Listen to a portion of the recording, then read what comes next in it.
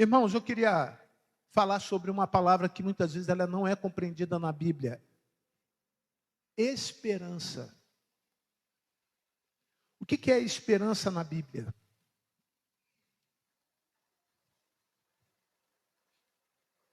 Cadê a irmã do púlpito? Faltou alguma coisa, irmã? A irmã, quando vê que faltou alguma coisa, a irmã me cobra, tá? Cadê a Fernandinha? Ela foi beber água. Não é fácil não, tá, queridos? Isso aqui não é fácil não. Podem ter certeza que Deus dá a vitória. E quando ela estava pegando o microfone, ela estava assim, ó. Falei, Jesus, é isso mesmo. Eu quero abrir um parênteses. Eu lembro da primeira vez que eu preguei, eu tinha 10 anos, não era pastor ainda. Me botaram num banquinho. E eu sempre fui bem gordo, né? Eu não sabia se eu estava... Não, faltou tudo. Falou tudo. Obrigado, irmã Fernanda. Deus abençoe a sua vida. Então, me botaram em cima de um banquinho. Era o término de um congresso de embaixadores do rei em Goiânia, lá em Brasília, 1980, em maio, um período de frio. Eu já tinha passado por alguns traumas. Traumas assim, minha mãe, ela não está aqui, mas ela lembra disso. Todas as noites, ela ia me cobrir. Toda noite.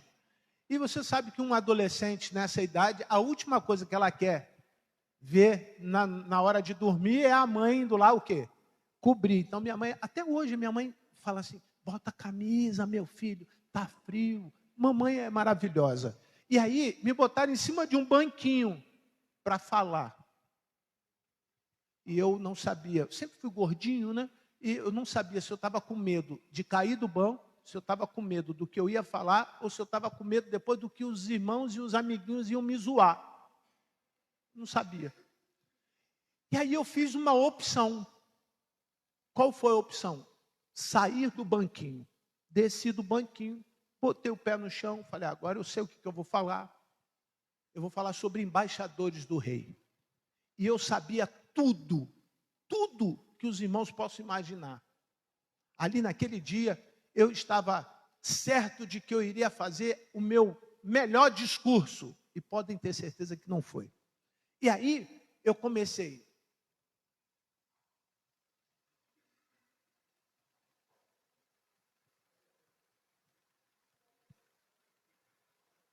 Exatamente isso. Não saiu uma única palavra da minha boca.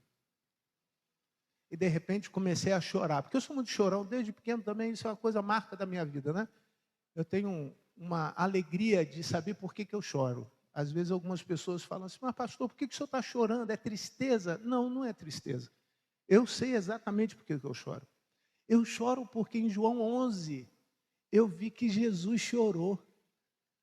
João 11:35 tem um versículo chamado assim, Jesus chorou. E eu aprendi a chorar.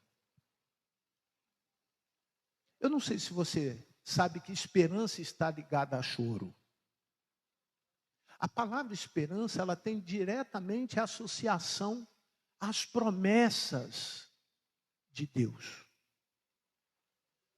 Para que você possa ter real convicção daquilo que você está fazendo aqui, o apóstolo Paulo fala sobre promessa em todos os seus livros.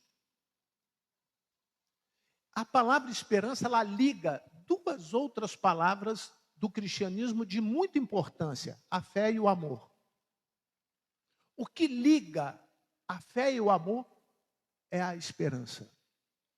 E que permaneçam entre vocês a fé, o amor e a esperança. Que você possa compreender esta manhã e fazer uso nesta manhã desta possibilidade de ter a sua vida restaurada pela esperança que você vai aprender nessa manhã. E para isso eu convido você a abrir a Bíblia no livro de Ezequiel, capítulo 37, versículo de 11 a 13. De 11 a 13. Ezequiel fala sobre a ação de Deus em trazer vida a um povo que estava morto espiritualmente. Ele promete que sopraria sobre o espírito, sobre a vida daqueles que lá estavam, a esperança, uma esperança que está diretamente ligada à promessa, e que nesta manhã o Senhor Deus seja a nossa esperança. Você que concorda com isso, diga amém. seja o Senhor Deus nesta manhã a nossa esperança. Nós já temos muitas vezes percebido que as pessoas chegam na igreja de Jesus sem nenhuma esperança. E foi campanha de missões nacionais. Jesus, a única esperança. Trazer, obrigado, amado, de volta à memória, fazer com que eu recorde disso, não é fácil. Há uma dificuldade na nossa mente de guardar as coisas boas. Nós temos a facilidade de imprimir na nossa memória, ou seja, nós gravamos na nossa memória as coisas ruins. Por isso você tem alguns profissionais na área emocional que te ajudam a lembrar dos momentos ruins para você se ver livre desses momentos ruins. E o povo de Israel, no contexto desse texto, estava vivendo um dos piores momentos da sua história. O profeta tinha convicção que isso era de total responsabilidade do próprio povo. O povo estava do jeito que estava porque estava espiritualmente sem esperança. E o que é esperança? Eu parto da primícia que o dicionário bíblico diz que é confiança, é seguir em busca de um desejo, é sentimento de crença favorável, fígado. Olha bem, a esperança mexe com o seu fígado. O fígado da pessoa, ele está estimulado. A esperança é a solução de feitos positivos que ainda estão ligados a uma proporção de ideias. Ou seja, essas informações, elas estão baseadas no nosso índice de informação etimológico, que é o dicionário. A propósito, não sei se você sabe que o primeiro dicionário escrito no Brasil foi por um padre, um ex-padre português, e ele tinha uma única finalidade: fazer com que a língua europeia fosse traduzida para o latim, porque ele queria que as missas fossem, de alguma forma, entendidas. E isso foi praticamente em 1518. Olha como a coisa é. Nós só tivemos a primeira escrita de um dicionário da língua latina para a língua portuguesa em 1934. Olha quantos anos depois que a gente veio entender o que é cada uma das palavras. Por falta de entendimento conceitual, nós entendemos do nosso jeito. E nem sempre o nosso jeito é o jeito correto. Parta da primícia que o versículo que nós vamos ler vai nos dar alguma visão de Deus a respeito da esperança que Ele tem em mim e em você. Vamos ler juntos, por favor. Então ele me disse: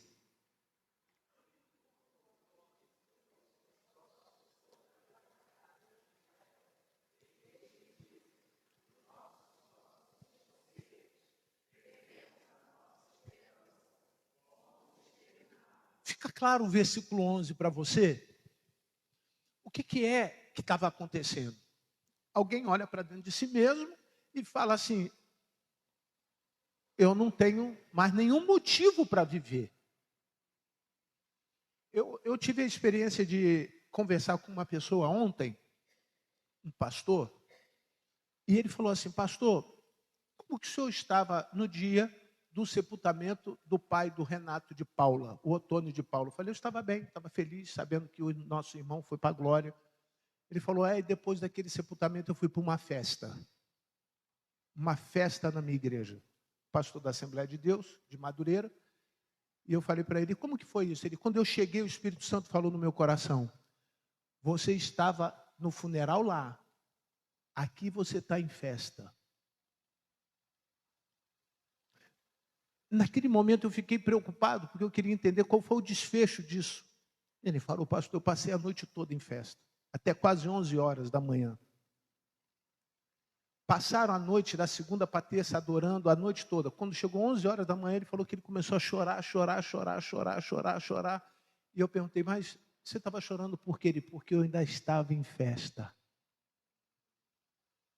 Às vezes, querido irmão, nós abrimos a sepultura que está em nós. Nós conseguimos abrir o nosso coração e perceber que muita coisa ainda não foi resolvida aqui dentro. E por não estar sendo bem resolvida aqui dentro, nós não conseguimos entender o que Deus está fazendo aqui fora. Prepara agora, por favor, um glória a Deus. Por que eu estou dando essa visão para o irmão?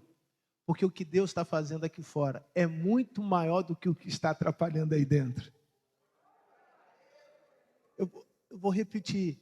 O que Deus está fazendo aqui agora é muitas vezes maior do que eu tenho. E eu sei que você também tem aí dentro.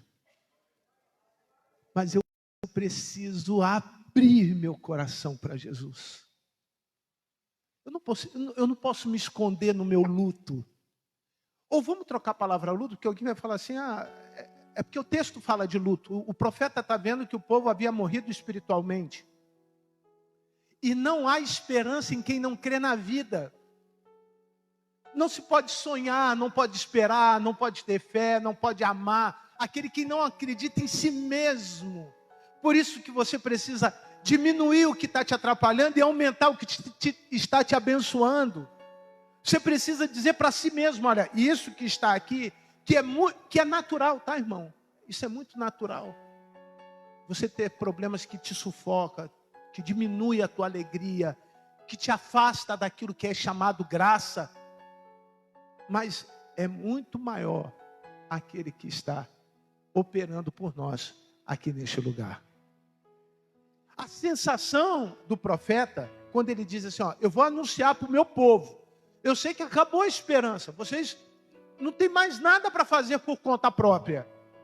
Mas esse era o sinal. Esse era exatamente o sinal. É o reconhecimento de que eu não posso fazer nada pelas minhas próprias forças.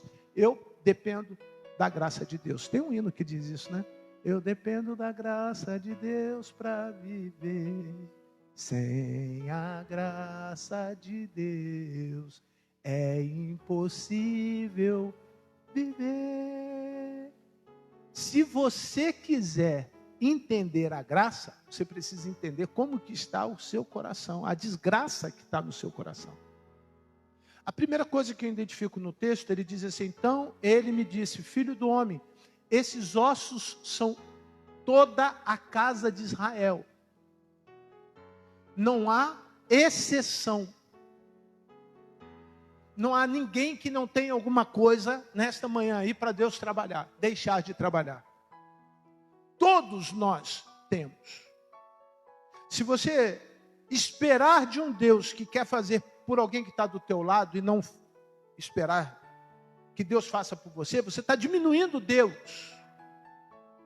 Quando você vê o irmão sendo abençoado, ou a graça de Deus, ou aquele momento que é o momento de transição, da luta, eu troquei a palavra de propósito, da luta para a vitória, ou seja, para a festa, quando você consegue ver esse processo acontecendo, quando você se identifica neste processo, você entende o que é a esperança. A esperança é aguardar o que Deus prometeu. E o que Deus prometeu? Ele prometeu fazer alguma coisa diferente em mim e em você nesta manhã. Os que creem nisso, digam amém. Faça isso com alegria. Os nossos ossos estão secos. Podem ler? Podem ler? Os nossos ossos estão secos. Reconheci. Não é fácil reconhecer. Se Ezequiel não houvesse proferido isso, a nação de Israel não teria sido alcançada pela graça. Espiritualmente, muitas vezes nós não conseguimos sequer acreditar, o estado emocional não nos permite acreditarmos a distância que nós estamos de Deus. É um fake, é uma mentira espiritual. Daí esfria a fé e o amor. É exatamente por isso que muitas vezes nós não acreditamos mais, nós não amamos mais, nós não conseguimos viver mais, porque não temos vivido a esperança de Deus. Não temos vivido as promessas de Deus. Retomar a promessa de Deus não quer dizer que ela deixou de existir em mim, mas é porque eu deixei de acreditar nela. Este é um versículo que nos traz a promessa e a restauração dessas promessas para o povo de Israel. Mas qual é a primeira direção dessa esperança? Olha que coisa interessante. Versículo 12, por gentileza. A direção da esperança.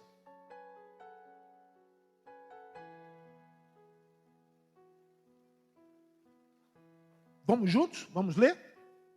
Portanto, profetize e diga-lhes: assim diz o Senhor Deus.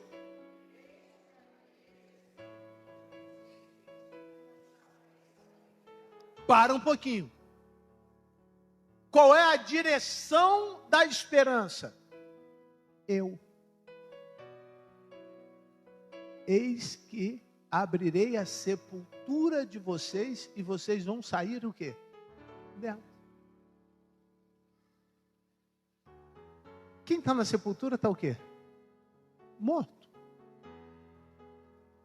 Morto não sonha. Morto não tem problemas. Morto não adora. Morto não tem vontade, desejo. Morto nem come. Morto não pode fazer nada, porque ele está como? Morto. Foi identificado pelo profeta uma coisa que talvez você não consiga identificar em você de forma pessoal. O que foi identificado? Eu preciso ser restaurado, porque eu estou morto. O povo de Israel não queria, porque não conseguia entender que ele estava naquele estado. Reconhecer que está morto não é fácil. Vamos entender algumas coisas lá em Colossenses capítulo 1, verso 13, 14 e 15. Me ajude, irmã Cristiane. Colossenses capítulo 1, verso 13, 14 e 15. Todos os irmãos, por favor. Ele nos libertou do poder das trevas e nos transportou para o reino do seu Filho amado. O que está acontecendo? Olha, eu estou morto, mas para eu reconhecer, eu preciso entender isso. Ele me tirou das trevas e me levou para o reino de Jesus. O reino de Jesus. Irmão, qual é a área da tua vida que você não tem mais esperança? Pensa um pouquinho agora, por favor. Pensa. Pastor, não tenho mais esperança no meu filho. Meu filho está perdido. Ou no meu casamento. Ou no meu trabalho. Ou em mim mesmo. Eu não tenho mais esperança. Ou seja, eu não tenho mais desejo, eu não quero mais sonhar com nada. Eu entreguei as fichas, eu abri mão de tudo. Eu quero acabar a vida do jeito que eu estou. Pensa nisso, só um pouquinho. Lembra da frase, no início do sermão? O que Deus tem para fazer nesta manhã aqui é maior do que isso. Você não está entendendo? Isso é grande em mim, mas não é maior do que o meu Deus. Isso é grande para mim, mas não é maior do que o Senhor. Porque Ele já me tirou das trevas, Ele já me tirou desse estado e me levou para perto de quem? Diz ali. Do seu amado Filho. Glorifique ao Senhor, porque o que você ainda não tem, o Senhor vai dar. Glorifique ao Senhor. Diga ao Senhor: Senhor, o Senhor já me tirou disso. O Senhor já me arrancou desta situação. O Senhor já me livrou deste período de tristeza, de angústia, de luta. Lembra que eu troquei luto por luta? Só para ninguém achar que a gente está no funeral. Esse mesmo pastor disse que ele aprendeu, não só com aquela lição de ontem, mas ele me deu uma outra lição. Ele falou para mim assim: pastor, numa outra ocasião, um irmão que estava orando muitos anos por um bebê, me ligou chorando, falando que o seu neném havia acabado de nascer e morrer. E a igreja, toda a igreja estava triste por isso.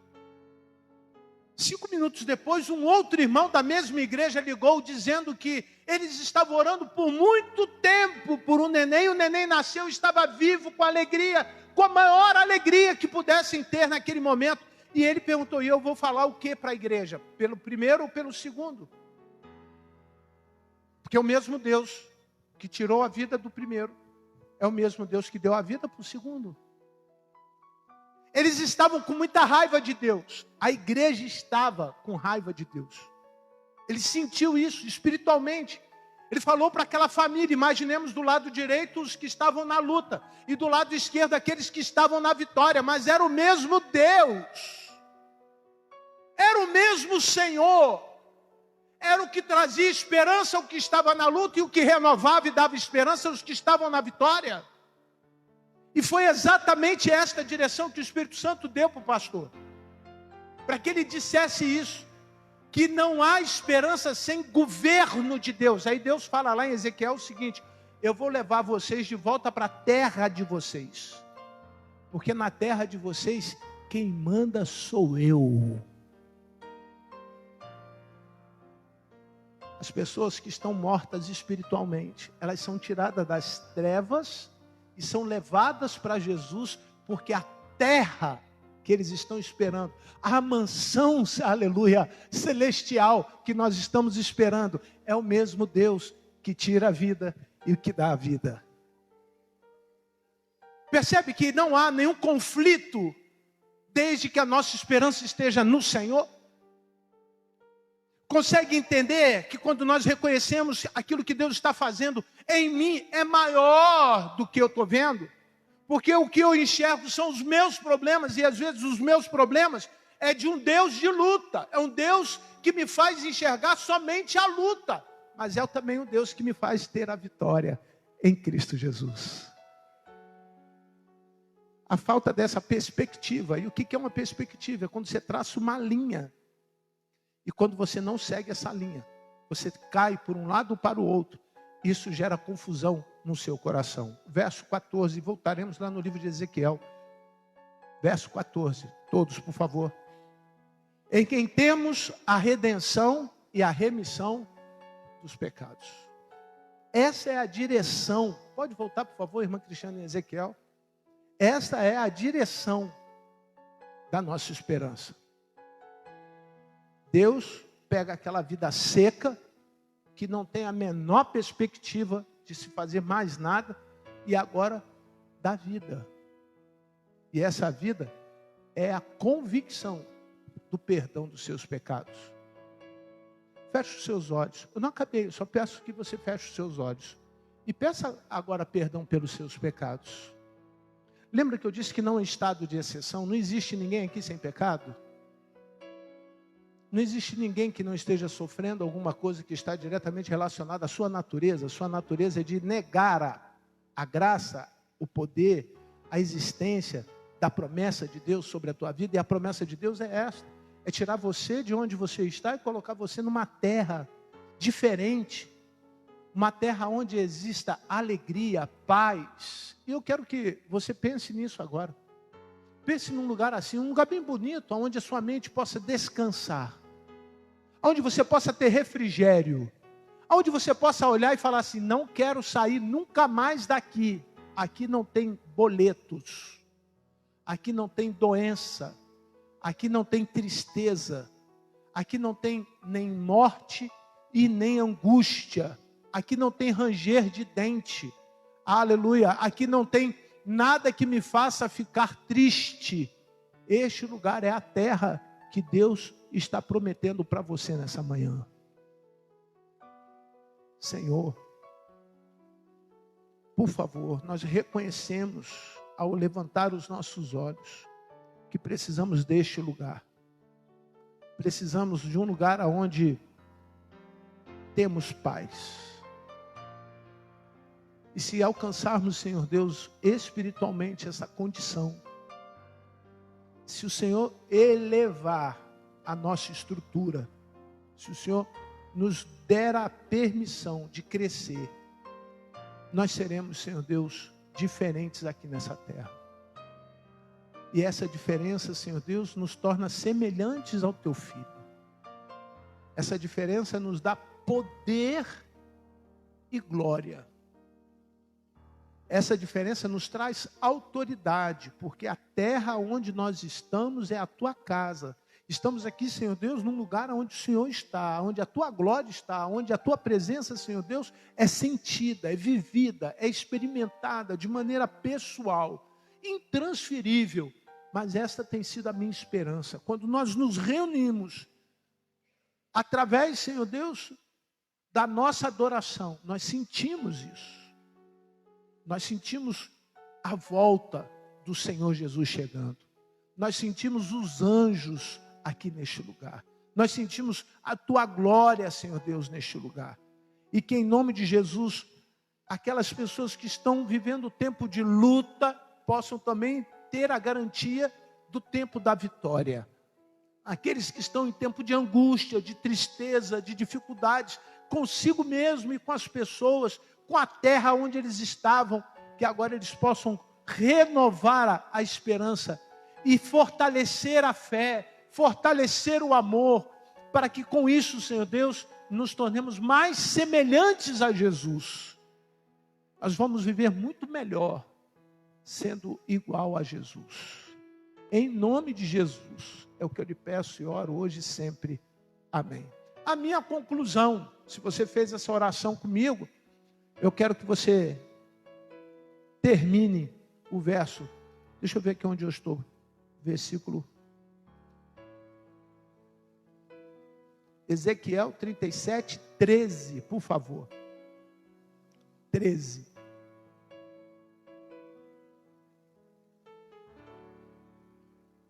Diz assim: entendi o que é o conceito, entendi o que eu preciso fazer, porque eu estava seco, estava sem esperança. O que trouxe agora esperança é que Jesus me tira das trevas, me leva para perto dele. E aí eu aprendi alguma coisa.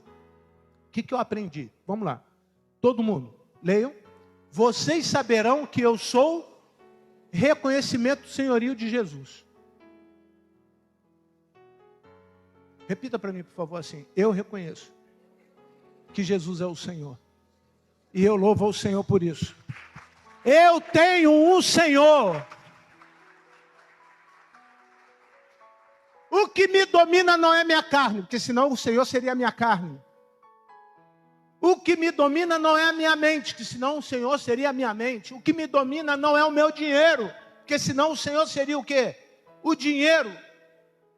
O que me domina não é a minha religião, que tem gente que gosta da religião, mas não gosta de Jesus. O cara é bom na religião, mas não tem nada de Jesus nele. Nesses dias, você precisa estar atento a isso, que há uma diferença comportamental dos religiosos, dos espirituais. Eu preciso ser religioso para ser espiritual? Não. Mas eu preciso ser espiritual, eu sou religioso? Sim. Daqui para lá, quem é espiritual, você vê que ele tem uma religião, ele crê em alguma coisa que ligue, religião é isso, que ligue ele a quem? A Deus. Agora, nem sempre quem diz Senhor, Senhor, Senhor, está ligado com quem? Com Deus. Amém? Base dessa religião, legalidade, legalismo, obrigação, moralismo, hipocrisia, farisaísmo, são termos que estavam lá desde o tempo de Jesus, que Jesus metia o pau nessa turma toda. E chamava eles como? Raça de cobra. Cobra é traiçoeiro, é mentiroso. São pessoas que fazem o mal, desejando o mal, e eles provocam o resultado mal. Olha que coisa ruim, Deus tenha misericórdia. Não é nada de sem querer. Ele medita. Ele faz isso premeditadamente, para resultado daquilo ser uma coisa ruim na tua vida. Senhor, livra o teu povo disso. Livra a casa dos teus servos do mal. Não foi essa a oração de Jesus? Livrai-nos do... Não é de sem querer, eu esqueci. Não existe esquecimento no mundo espiritual. Ah, eu esqueci. Não existe. Isso é mal. Então, eu preciso entender que essas coisas tornam a minha vida espiritual seca. Eu vou ficar seco de novo, igual lá como estava lá no início do texto. Morto. É veneno. Ontem eu tive a oportunidade de reler um livro com o Lucas lá em casa, o Guarani. E o índio botou veneno na carne e na água. Depois eu fiquei imaginando, falei assim, as pessoas às vezes vivem assim. Está lá no capítulo 13, na página 61 do livro. Quem quiser vai lá ver, porque ontem o Lucas fez esse resumo, ele vai fazer prova disso amanhã. E eu querendo ver a televisão e ele lendo o livro do meu lado, tem alta voz. Ele na página tal, capítulo tal. Eu falei, meu filho, vai embora, meu filho, pelo amor de Deus. Mas aí eu lembrei que eu ia falar isso para os irmãos hoje. O mal é assim.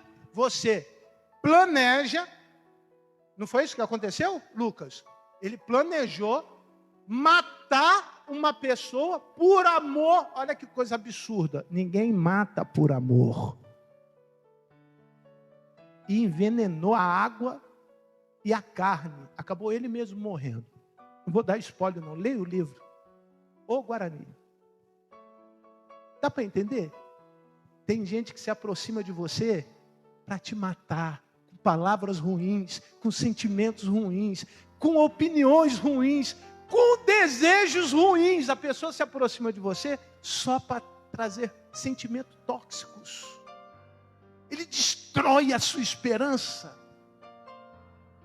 Ele não traz uma palavra boa, uma coisa que é do alto, alguma coisa que é saudável, alguma coisa que traga alegria ao seu coração. Irmão, ora por essa pessoa, irmão.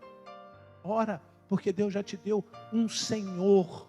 Um Senhor, está ali. Eu sou quem? O Senhor. Ora, diga para a pessoa assim, eu não quero mais receber nada de você. Eu quero receber do Senhor. Você tem vivido isso na sua vida? Levante a sua mão, seja corajoso, Deus abençoe. E gente, quanta gente. Levanta a mão assim. Ora ao Senhor, diga, Senhor, eu não quero mais viver. Ora. Te dou a oportunidade para pedir isso ao Senhor. E o Senhor vai fazer. Lembra que eu falei? Que Ele vai fazer mais do que está aqui dentro. Que aqui dentro o Senhor Deus vai fazer mais do que você está vendo. Mais do que você está esperando. Ora ao Senhor e diga, Senhor, não quero viver isso. Eu quero viver na dependência do Senhor. Senhor, liberte aqueles que estão vivendo dependente emocionalmente de pessoas. Vivendo financeiramente dependendo de pessoas, vivendo, Senhor Deus, sentimentalmente dependendo de pessoas. Tem pessoas que se arrastam por um beijo, por um abraço, por um carinho, e se envolvem em uma porção de coisas ruins por conta da sua carência. E essas coisas ruins não é do Senhor. Se afaste disso, em nome de Jesus, e se apegue às coisas que são do alto, porque o Senhor Deus vai dar a você vida, e vida eterna em Cristo Jesus. Aleluia!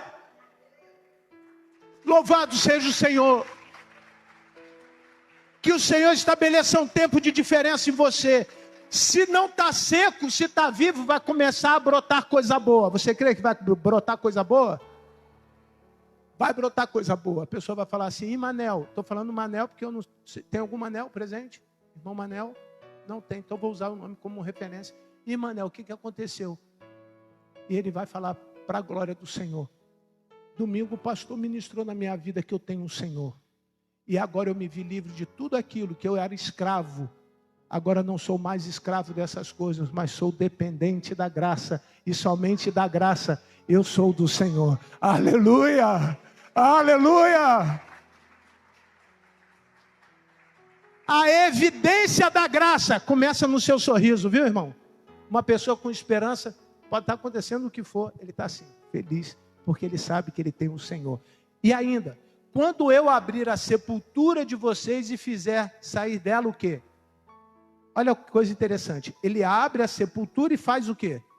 Sair o meu povo. Sabia que, olha, se tem terra, tem que ter alguém para ficar na terra.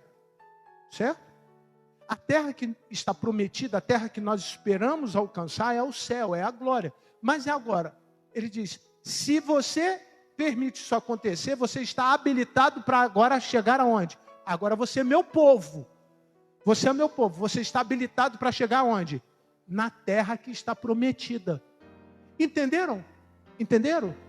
Pastor, eu achava que era só ir lá na igreja, batizar, ir na EBD, contribuir com a minha oferta, contribuir com o meu dízimo, durante a semana fazer a leitura bíblica dominical. dar testemunho, falar em línguas, profetizar, pregar e ir às nações. Muito bem, você é terra, você está fazendo tudo isso aqui porque faz parte de um povo aqui na terra. Mas, para você ter a garantia da terra prometida, você precisa daquilo que Paulo falou em Colossenses. Alguém te tirar das trevas, para você se tornar semelhante a Jesus e ter direito de ir para onde? Para o céu. E isso é único e exclusivamente uma obrigação sua. Essa é uma atitude que ninguém pode fazer por você. Essa é uma escolha que ninguém pode fazer por você. Além de você ter um Senhor, me dá a entender que agora eu tenho um Salvador. Além de eu reconhecer no mundo espiritual, eu não sou mais dependente de nada disso. Eu tenho alguém para me levar para o lugar onde eu sempre sonhei estar. Eu não quero mais aquilo, eu quero aquilo lá. Essa é a minha esperança. Sabe o que vai te trazer aqui na próxima quarta-feira? É a sua esperança. Com sol, sem sol, com água, sem água. O que faz você estar junto com Cristo é a sua esperança dele tirar você dessa terra e te levar para uma terra onde ele prometeu para todo o seu povo. E nós somos esse povo. O povo escolhido de Deus, nação santa, separada, nação que tem poder e autoridade, nação que tem identidade, nação que sabe o que ela é, nação que não se compromete nem faz aliança com outros deuses, uma nação que fincou uma bandeira na terra, glória a Deus por isso, uma nação que sabe o destino, nós sabemos o nosso destino, nós não estamos perdidos, glória a Deus. Nós não estamos perdidos, você não está perdido, porque você tem um Salvador. Você não pode continuar perdido, porque você tem um Salvador. O Salvador que nos dá condição, destino para o lugar onde é bom. Você quer esse Salvador? Feche os seus olhos, porque existem pessoas aqui que precisam do Salvador. Sabem quem é o Senhor, mas ainda não tomaram uma decisão, uma escolha para o Salvador. Precisa que você faça isso. Que você saia daqui garantindo a sua ida para o céu. E a garantia de você ir para o céu é ter um Senhor, mas também ter um Salvador. Aquele que abriu hoje o seu coração, que estava seco, que estava entristecido, em luta, mas sabendo que também é um Deus que dá vitória, sabendo que tirou você das trevas, da morte espiritual, e agora você está tendo esperança, que é a visão espiritual. A visão espiritual é a sua esperança. Você acordar todo dia sabendo que o Senhor Deus é contigo, o Senhor Deus não vai te deixar faltar nada. Esse é o seu Salvador. Você gostaria de ter o seu Salvador? Levante a sua mão, eu quero orar por você. Deus abençoe a cada um desses irmãos. Pai querido, nós te louvamos, engrandecemos o teu nome e estamos muito felizes, porque aquilo que estava seco, tenha misericórdia, bondoso Deus, daqueles que ainda não tiveram as suas vidas restauradas nessa manhã, que o Senhor Deus possa fazê-los entender que o Senhor Deus dá vida, e neste lugar tem vida, e essa vida, Senhor Deus, está sendo distribuída agora em nome de Jesus. Esta vida, Senhor Deus, está sendo ministrada sobre eles em nome de Jesus. E o Senhor há de renovar a fé, o amor e a esperança. O Senhor vai aumentar, Senhor Deus, o Senhor vai acrescentar dias de alegria, porque o Senhor nos escolheu como povo, somos o teu povo, fazemos parte de uma história que é de um povo vencedor, de um Deus vencedor. Em nome de Jesus, faça-nos marchar, não nos deixe retroceder, faça-nos, Senhor Deus, ir adiante, crescer, em busca, Senhor Deus, somente da Tua Palavra, vivenciando somente a Tua Palavra, e em nome de Jesus, abençoe este lugar, é o que eu lhe peço, Senhor, e oro, hoje e sempre, amém, amém.